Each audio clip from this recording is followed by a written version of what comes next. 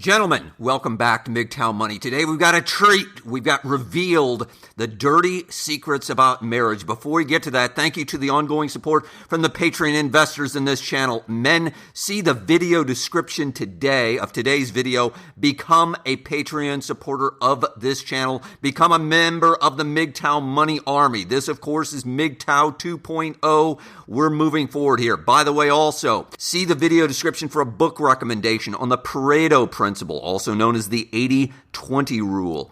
This is an excellent little book that I've read multiple times now. It's a short little book. It is full of specific actionable ideas on how you can apply the 80-20 rule to your life. Let's get on to some of those dirty secrets about marriage. One of the most controversial videos that I did, I'm defining controversial as being something that generated the most comments and certainly the most insults directed toward yours truly, was a video I did many months ago regarding how to protect yourself for those men who do choose to get married, which is not something that I recommend. However, some men are going to do it anyway. So needless to say, again, I'll include a link to that video and you can view it for yourself, and then you can include your insults. There's no need to discuss the enormous, huge financial risk of either cohabitating with women or marriage, especially when children are involved. However, I do sincerely believe, specifically, there are some men who should not get married, if nothing else, leaving else aside, and this probably applies to me, based upon their personality. There are some personalities of men, frankly, again, especially applies to me, and I suspect applies to many other MGTOW, who simply don't want to live with another person. Man or woman, it doesn't make any difference. They don't want to live with a roommate. If you're getting married, men, you effectively are taking on a roommate. Personally, I know for me, I don't want to live with anyone 24 hours a day, 7 days a week. I'd rather be living in my car than sharing a residence, I'm thinking, with someone 24 hours a day, 7 days a week. It just doesn't fit my personality. Whether that's due to introversion or whatever, I have no idea, but I just know I really enjoy substantial amounts of time where I'm alone, where I'm thinking, where I'm doing my own thing. Remember, men,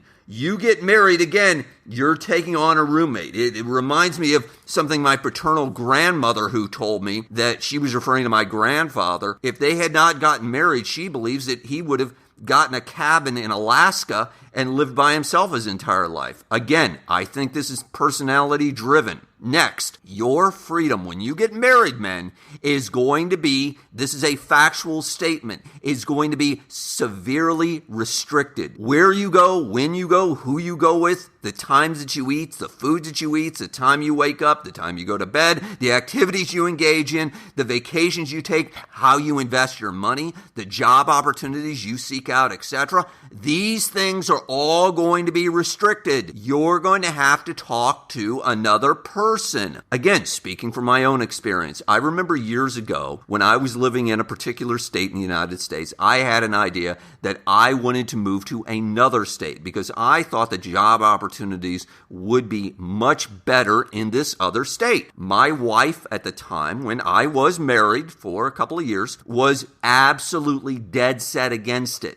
No way, no how. And guess who won? She did. We ended up staying where we were. I think, economically speaking, it was a poor decision. The bottom line is, men, when you're getting married, everything is going to now be an negotiation. It's going to be some sort of compromise. Next, something else that you don't ever get told is that she is going to change. I'm not just talking about physically change. That goes without saying. And you are going to change. Your habits, your ideas, the things that you like to do, your taste, your preferences, etc. Just think, men, today, are you doing the same things and enjoying exactly the same activities, the same food, etc., that you did 10 years ago, even 5 years ago? Again, you are an evolving human being, and frankly, so is she. Your quote-unquote soulmate today may be a very different person in 5 or 10 years, etc. The great qualities that you're perceiving in some woman could easily change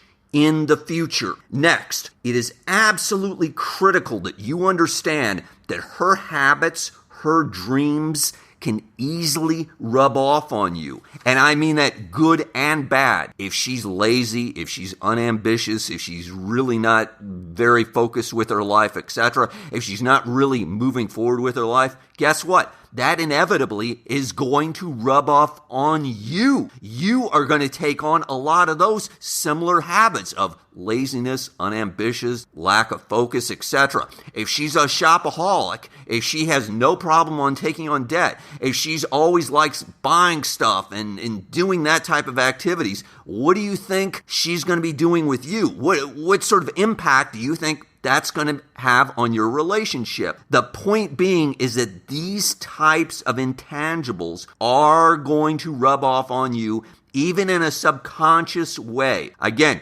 speaking from my own personal experience, I can remember so well. I remember it like it was yesterday, although this is probably 25 years ago. I was with my wife. We were out shopping, God forbid, for a sofa. And I had never bought a sofa before in my life. We went to at least I thought, a very expensive department store and ended up paying over, again, a lot of money, over $4,000. I think it was $4,000 for a sofa. I thought this is absolutely ridiculous. I thought we ought to pay about $300 or $400. The point is, though, that type of influence rubbed off on me. Oh, well, I guess everybody spends $3,000 or $4,000 on a sofa, etc. The point being, you've got to be careful because those types of negative ideas, negative habits, etc. are going to rub off on you. Next, this is the most important point. If you take nothing else from what I'm about to say, listen very carefully. Do you know why most men cheat? At least this is my theory. Why they cheat, why they seek out extramarital affairs in marriage. Why? Because they're bored. Because frankly, they're bored with their wife. I don't care how good looking your wife is. I don't care if she's some sort of Victoria's Secret model, etc., your girl, etc. The point being, for whatever reason, men evolutionary, in my belief, and evidently there seems to be some backing to this, have a need, if you will, and I'm putting that quotations, for some sort of variety. I do not believe that it is a cliche to say that men have some sort of programmed need, if you will, to, quote unquote, spread their seed. I am not attempting to make a justification for men in cheating, etc.